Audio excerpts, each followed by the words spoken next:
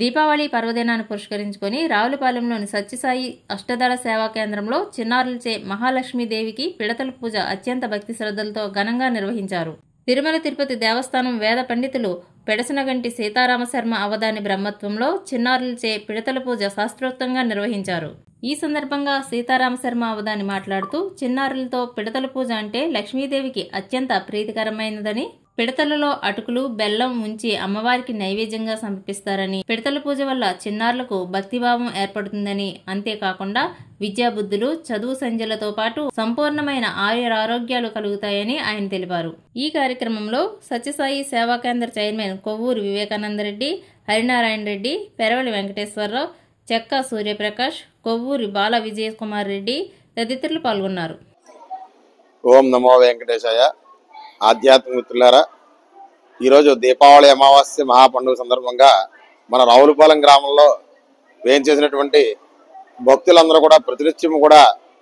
ఎంతో వైభవపేతంగా పూజించేటటువంటి భగవాన్ శ్రీ సత్యసాయిబాబా వారి సన్నిధిలో ఎంతో వైభవపేతంగా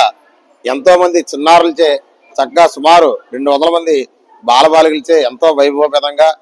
మన భారతదేశం అంతా కూడా సుభిక్షంగా ఉండడం కోసం, లోక కళ్యాణార్థం, ముఖ్యంగా దీపావళి పండుగ యొక్క విశిష్టత అందరికీ కూడా తెలియజేయడం కోసం సత్యసాయిబాబా వారి యొక్క ఆశీస్సులతోటి పిడతల పూజ అనగా వారు చక్కగా 2 పిడతల్లో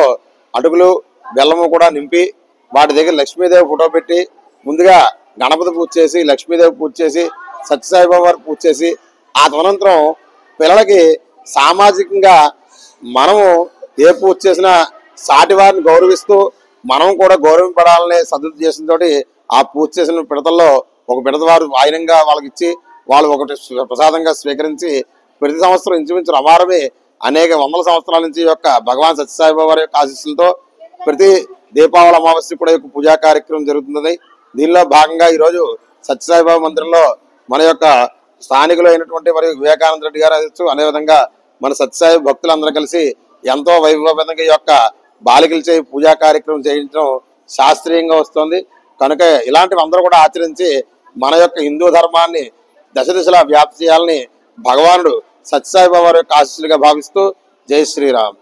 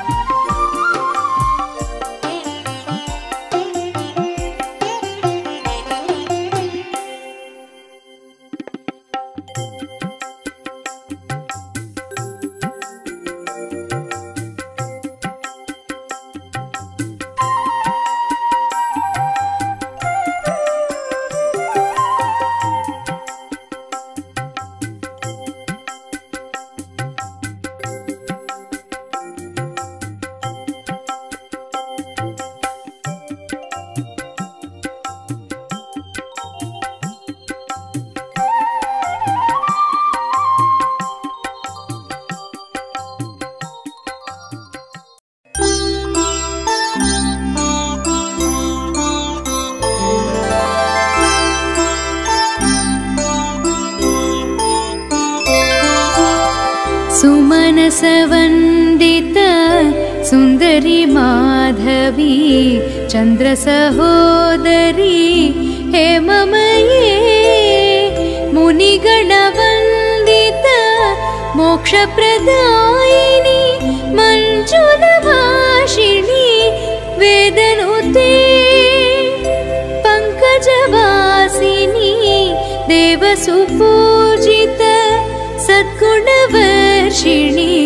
शान्तियुते जय जय हे मधुसूदन कामिनी आदिलक्ष्मी सदा पालय माम् ऐकलिकल्मष नाशरि कामिनी वैदिकरूपिणी वेदमये क्षीरसमुद्भव मङ्गलरूपिणी मन्त्रनिवासिनी मन्त्रनुते मङ्गलदायिनी अम्बुजवासिनी देवगणाश्रित पादयुते जय जय हे मधुसूदन कामिनी धान्यलक्ष्मी सदा पालय माम् जय वरवर्षिणी वैष्णवी भार्गवी मन्त्रस्वरूपिणी मन्त्रमये सुरगणपूजित शीघ्रफलप्रद ज्ञानविकासिनी शास्त्रनुते भवभयहारिणी पापविमोचनी साधुजनाश्रित पादयुते जय जय हे मधुसूदन कामिनी धैर्यलक्ष्मी सदा पालय माम् जय जय दुर्गति नाशनि कामिनी सर्वफलप्रद शास्त्रमये रथगजतुरगपदाति समावृत परिजनमण्डित लोकनुते हरिहर ब्रह्म सुपूजित सेवित तापनिवारण पादयुते जय जय हे मधुसूदन कामिनी गजलक्ष्मी रूपेण पालय माम् ऐखगवाहनी मोहिनी चक्रिणी रागविवर्धिनी ज्ञानमये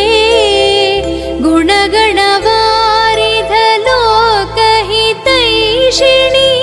सर्वसप्तभूषितगाननुते सकलसरासुरदेवमुनीश्वर मानववन्दित पादयुते